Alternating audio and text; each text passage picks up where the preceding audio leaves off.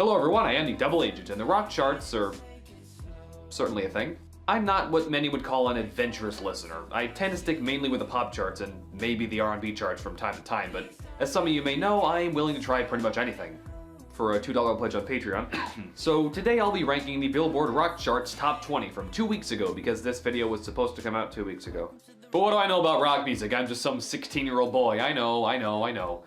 Which is why I got some help from this 13-year-old boy. Hi! Say hello to the LP Club, everyone. The best young child in the album review game. Okay. Reddit's favorite young child. Well... If Anthony Fantano was a young child. You can stop now. Yeah, you're right, young child, I should. Before we begin, here's a quick slide explaining my incredibly convoluted ranking system for this episode. Did you read it yet? Of course you didn't. Let's go.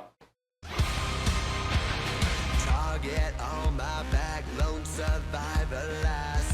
Now, LP Ethan and I may be two very different people, but there's one thing we almost immediately agreed on. This song is the fucking worst. Now, I haven't heard much from Skillet in my years, but word on the street is they suck, so I went into the song with incredibly low expectations, and somehow I still came out disappointed. I was at least expecting some kind of dark and brutal, balls-to-the-wall, extreme-con unlistenable shit, but this is just the worst of both worlds. It's got just enough electronic elements that it sounds kind of cheap, but not nearly enough to the point where they can develop a personality.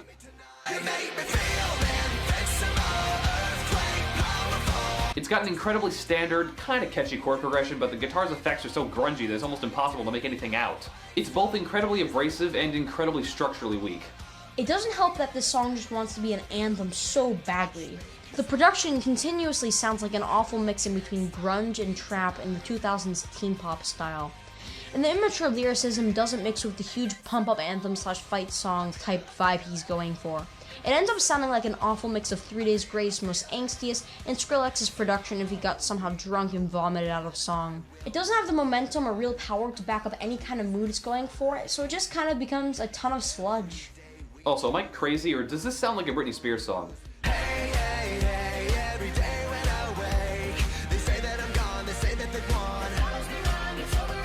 The whooping synths in the background, the drum machines, the auto-tune backing vocals, the strained melody, the vocal effects, the edgy lyrics, this dude's enunciations, and just generally the way he's talking. It's also 2008 Britney, fake power, fake southerns, so bad. Safe to say I'll never listen to another Skillet song again. Though, to be fair, I did make that decision many years ago.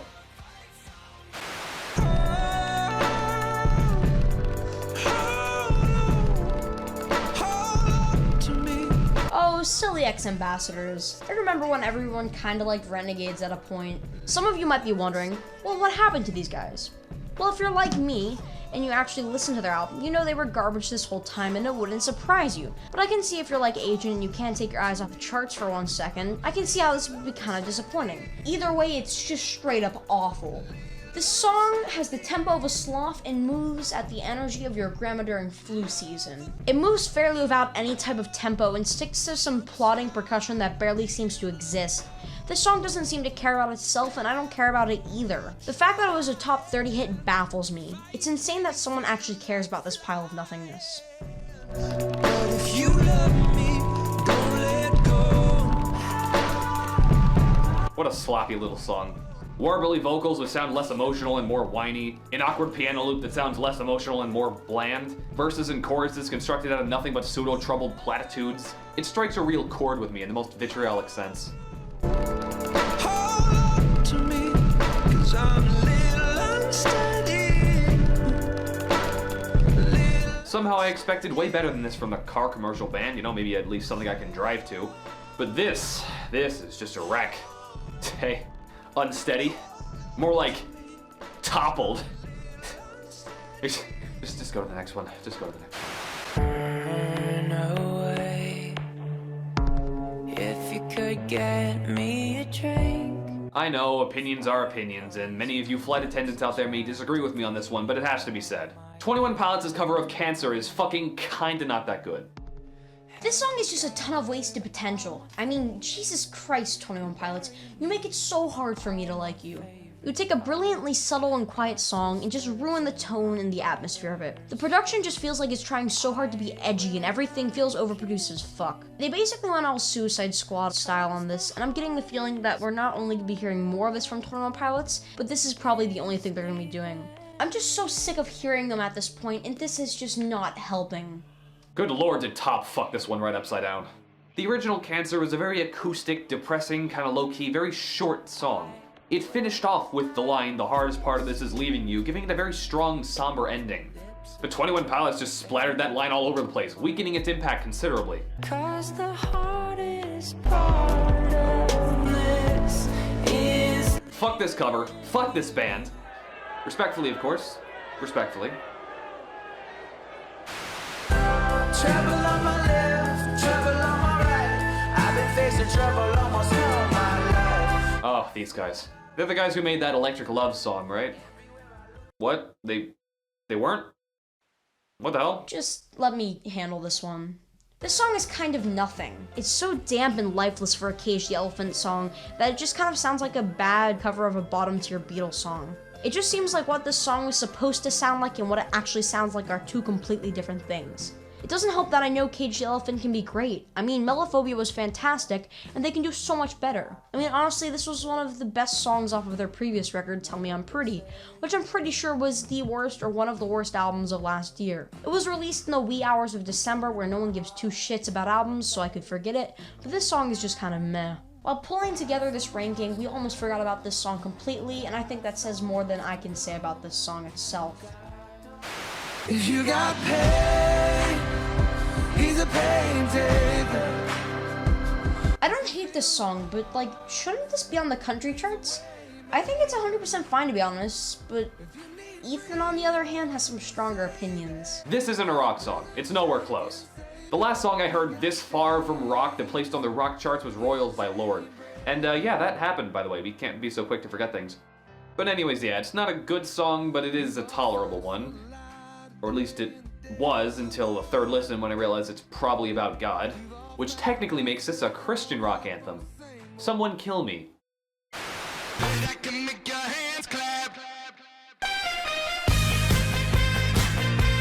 Fitz and the Tantrums are one of the best pop bands of the 2000s. Note I said 2000s. I adore Picking Up the Pieces and its singles, and their follow-up wasn't bad either, a little bit more mainstream, but if it meant that Fitz and the Tantrums could get a bigger audience, that was fine by me. But in late March of 2016, something happened. Fitz and the Tantrums sold out. Oh, and later that day they released Hand Clap. But you don't even know. I can make your hands clap.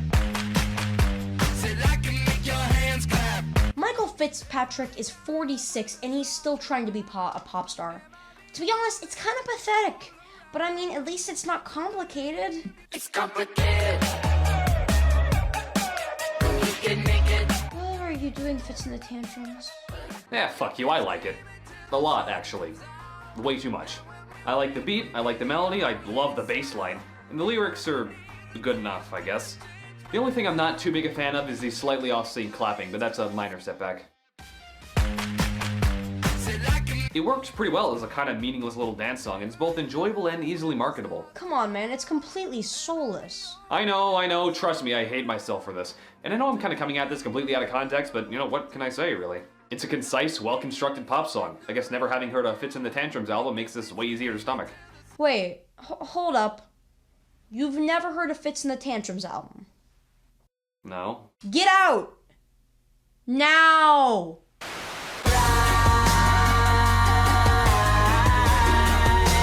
Okay, if I can be honest for a sec. Ethan, please don't do this. I fucking hate this song. Don't say it. Everything about it. Ethan! This is the root of 2016. Shitty, pale reggae beat over clusterfuck narrative. But this time, instead of being weak sauce and bland, it's blaring and grating. It has a very uncomfortable choice of synth and sub-bass, and Tyler Joseph's desperate bleeding clearly isn't helping matters. I don't know how I ever liked this song, and I never want to hear it again.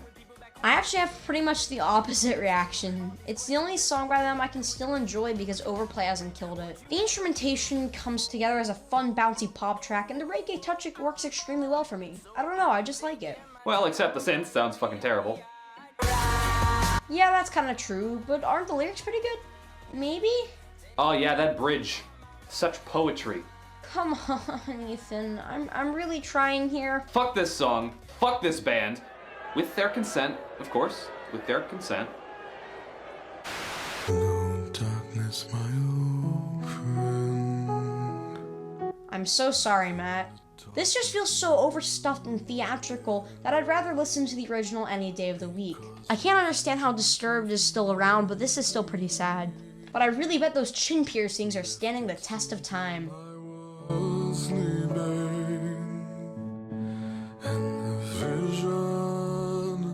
Once again, we have a very upfront, grungy type cover of a somber, creepy type song. Why does America like these?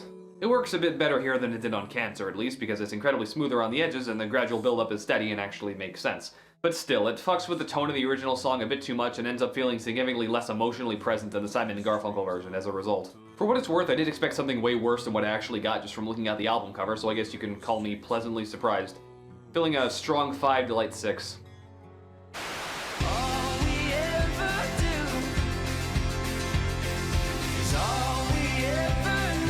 Now, don't get me wrong, this song isn't bad, it's just really, really, really bad. So I guess in a way it actually kind of is bad. It reminds me quite a bit of Best Day of My Life by the American Authors, which I've neglected to mention that I fucking hate with a flaming passion until now. It's just that same canned, stale advertisement kind of song that makes me immediately change the station. Am I on Spotify or am I watching an ad for an island resort on ABC? Just fuck this noise. This song is very anti-me. It does have that commercial bad One Republic-esque to it, but it doesn't hold your attention for any real reason except for the fact that you're forcing yourself to listen to it for this video. It doesn't leave an impression, and that's why it's not really good, but that's why it's not really bad either. It has this bland pop crossover appeal to it, but it just doesn't work that much. Wanna move into a fool's gold room. So, this is Beck, huh? Yeah, this is actually the first song I've heard from him besides Loser. Yeah, not really the best first impression, to be honest. Nothing about this song works for me. The intro is annoying as hell, the lyrics are nonsense, the trap bass, drum machines, and the hi-hats stick out way too much. The various synth whoops grate on my nerves, especially this one. Beck is trying way too hard to sound weird and interesting on this song, and it's completely transparent. The melody on the chorus feels completely disconnected from the production. It never really seems to resolve, and it starts and ends on the same note, which is awkward. It's like some kind of Frankensteinish mashup of old western and new age funk, which I guess is what he was going for, but you know, that's not really a good thing. It's not artsy, there's no deeper meaning to this, there's no pattern, it's just a mess. Pretty overrated, I'd say. Okay. You, good sir, my good buddy, friendo, pal, Ethan, are wrong! You're wrong! What you said about a hand clap actually applies here, except this song isn't a money-hungry cash grab, and it's actually a throwback to Beck's 1999 album Midnight Vultures. It's a fun, weird, and ultimately wonderful song that's just so enjoyable. The clunky percussion and the layered synths, along with the 808-style bass, just combines into something ultimately fun. Unlike Hand Clap, which I will never forgive you for, ever. Hey, didn't you like that last Jason Derulo album? Moving on.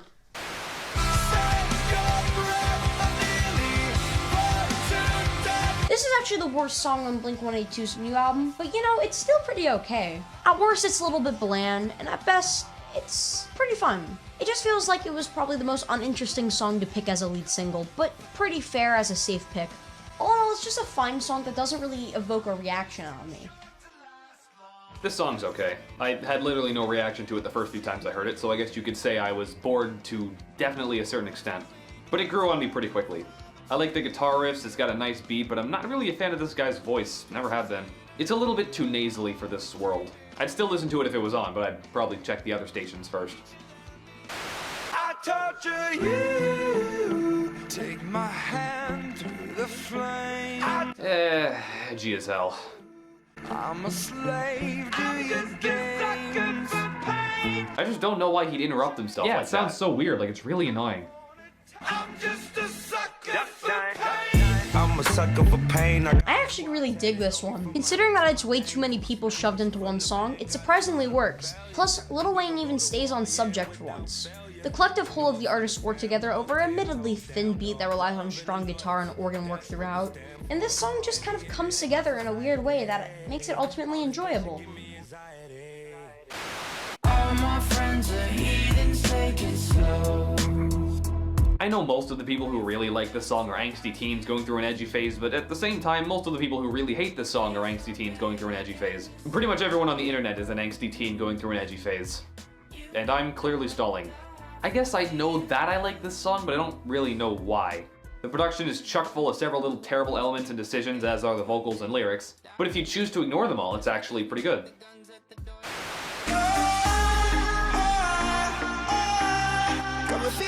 Yes, I know technically the original version of the song is the one that charted, but I went with the Siebe version for 3 reasons.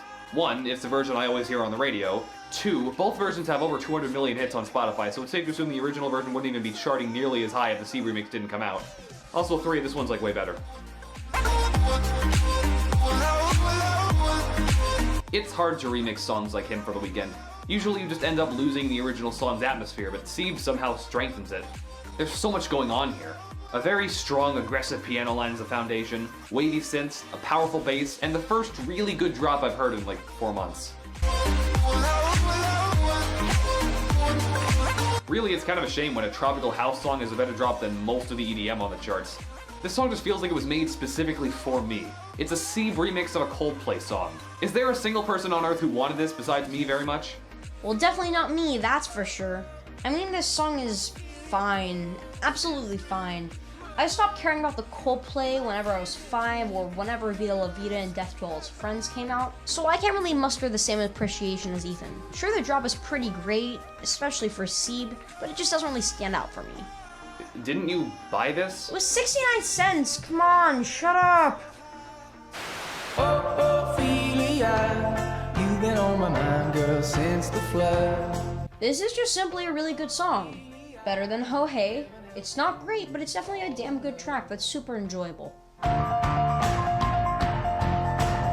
actually fucking hate Hey Ho. Always have, always will. Which in a way actually makes the song better. It has everything Hey Ho didn't, you know, an actual tempo, an actual beat, some strong instruments in there. It's got a chorus, you know, it's just like an actual song. All that really good stuff that Hey Ho did not have whatsoever.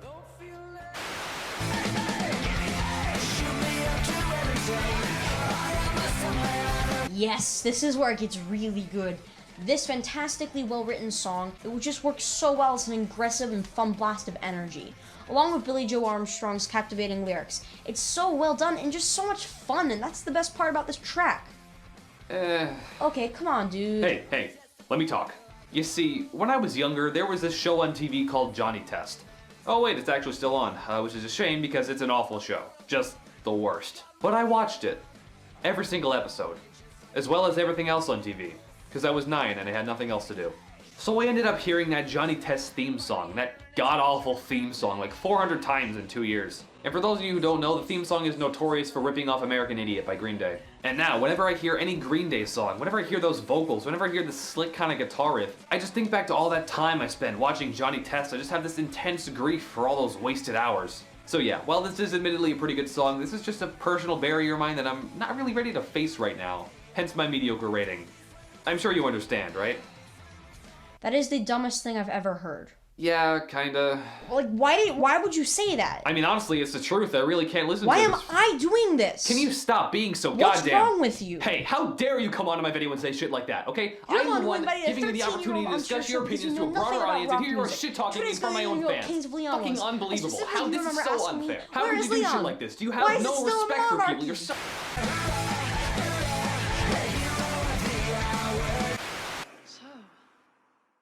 What would you little maniacs like to do first?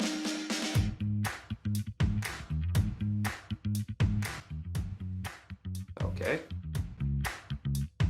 But anyways, yeah, this is a great song. It's got that same energetic, ironically jovial kind of feel that Pompeii had. And honestly, I kind of wish this song hit it as big as Pompeii did. We need a song like this on the charts right now. It's fun, it's energetic, it's pretty much just about a woman this dude hates, and yet it's still oddly respectful. She may annoy him now, but he knows deep down that if she was gone, he'd miss her, Okay, would you stop that? But it's fun. Is there anything you actually have to say about the song? Not really, no. It's great. Well, okay then.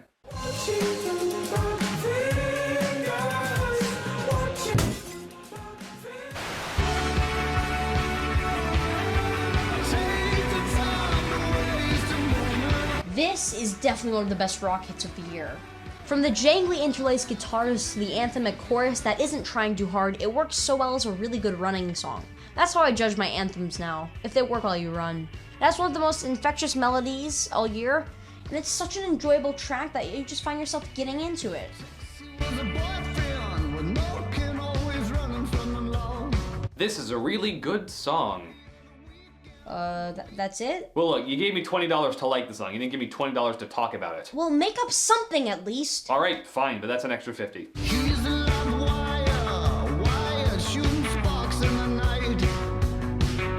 I really like that little guitar riff there. It's a really catchy riff, and it sets a nice tone. I actually looked it up. It's a pretty easy riff.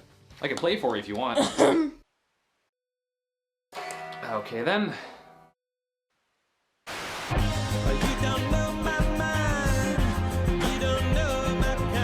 This is actually my second favorite song off the new Red Hot Chili Peppers record. That I didn't like, you didn't like, and no one except for your mom that pretends she likes rock likes. It was just such a painfully average album that was just so uninteresting. Dark Necessities, on the other hand, is a really nice chill piece of fun funk rock that actually works instead of all those dreamy guitars floating all over the place.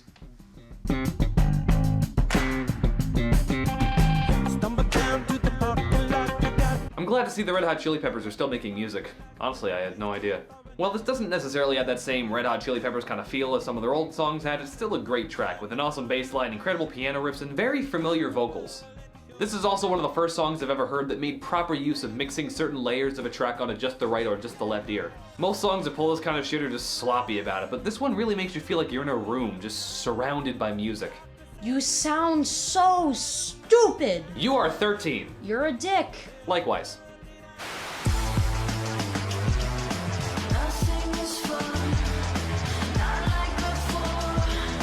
Well, we certainly had our bumps throughout this ranking, but I'm definitely glad we can at least almost agree on this one. Don't worry, little one. Someday you'll see the light of our two true saviors, Coldplay and Seed. This is still a close second, though.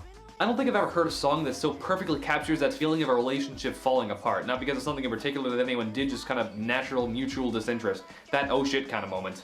I also like the general sound of the song. It's very cold, harsh, and biting. It's like an Arctic wind. Don't tell anyone I said that. Already tweeted it. Ah, Christ. This is one of the best songs off the previous Phanogram record, and even though it's dropping in sales, it's still one of my favorite songs of 2016. It's a snarling, cold, and bitter song. It seems bitchy, but it works extremely well and it sounds amazing. Not to mention the superbly cold and dry and tonally weird instrumentation. It's that dry sound that makes the song work so well, and it's an incredible track. And it already has 10 retweets. God damn it. Well, those are the rock charts. Not too bad, I'd say. A lot of good shit on there. I'd like to give this list a score, but unfortunately I can't just add up all the song's points and put that over 1,000, because the song's points are mostly based on a comparative best to worst system from 1 to 20 that always adds up to 210 from each person no matter the overall quality of the list itself, which would only serve to fuck with the true range of the data by diluting it, making the minimum 420 points instead of 0, meaning that the difference between the average amount of points a list can score and the amount of points it actually scored is representative of the overall quality of the list to a lesser extent, so I boiled it down to just the tiers and scored it as such. A little bit of math brings us to a rock solid who gives a fuck out of 200. If you could somehow sit through all that boring math, you'd probably be able to tolerate the LP Club's channel. He reviews albums, be sure to check that out. Link in the description and also right here. Alright, little Ethan, any closing lines you wanna... Guess not.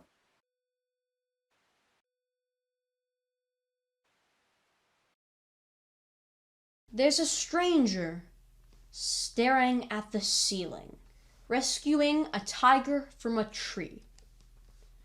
The pictures in her head are always dreaming, and each of them means everything to me. It's a long way back from 17. The whispers turn into a scream. There's an echo, pulling out the meaning, rescuing a nightmare from a dream. The voices in my head are always screaming, but none of this means anything to me.